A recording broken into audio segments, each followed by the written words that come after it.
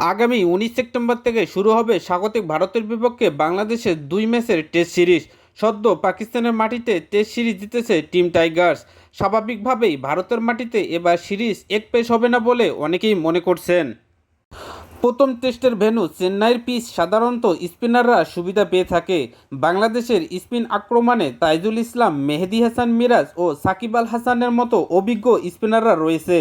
পাকিস্তান সফর থেকে ইংল্যান্ডে কাউন্টিং ক্রিকেট খেলতে গিয়েছিলেন সাকিব। সারের হয়ে সেই একমাত্র ম্যাচে 9 উইকেট নিয়েছেন। এই সিরিজে বাংলাদেশ কি ভারতকে চাপে ফেলতে পারবে? নিজের মতামত জানালেন ভারতের তারকা পেসার মোহাম্মদ শামি। গত বছরে ঘরের মাঠে ওয়ানডে বিশ্বকাপের পর থেকে চোটের কারণে মাঠের বাইরে ছিলেন মোহাম্মদ শামি। তারকা এই পেসার ইডেনে বাংলাদেশ সিরিজ নিয়ে নিজের মতামত জানালেন। এই সিরিজে বাংলাদেশ অ্যাডভান্টেজ পাবে কিনা এমন প্রসঙ্গে শামি বলেন, বাংলাদেশ পাকিস্তানকে হারিয়েছে না ভারতকে হারাবে সেটা তো নিজের দক্ষতার ওপর নির্ভর করবে। বাংলাদেশকে বুঝতে হবে ওরা কিন্তু ভারতের মাটিতে খেলছে। এখানেই শেষ নয়, শামি মনে করিয়ে দিলেন পরিসংখ্যানও। যোগ করেন, এখন পর্যন্ত যা রেকর্ড সেটাও ভারতেরই হবে। ভারতের বিপক্ষে এখনও অবধি বাংলাদেশ যা পারফরমেন্স এবং বর্তমান ভারত কেমন খেলছে সেটাও মাথায় রাখতে হবে। টেস্ট ম্যাচ মানে 5 দিনের সবকটা সেশনেই জেতা।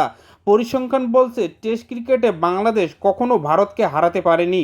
13টি ম্যাচের মধ্যে 11টিই জিতেছে ভারত এবং 2টি ম্যাচ হয়েছে ড্র। শামি আরও বলেন, বাংলাদেশ সিরিজ দিয়ে লাল বলের ক্রিকেটে ভারতের কোচ হিসেবে যাত্রা শুরু হবে গৌতম গম্ভীরের। এ প্রসঙ্গে শামি বলেন, গৌতম গম্ভীরের কোচিংয়ে খেলিনি আমি, তবে তার ক্যাপ্টেন্সিতে খেলেছি। টিউটনিং ভালো হওয়া প্রয়োজন, সেটাই সাফল্যের রসদ। রাশেদ হোসাইন, নিউজ 100।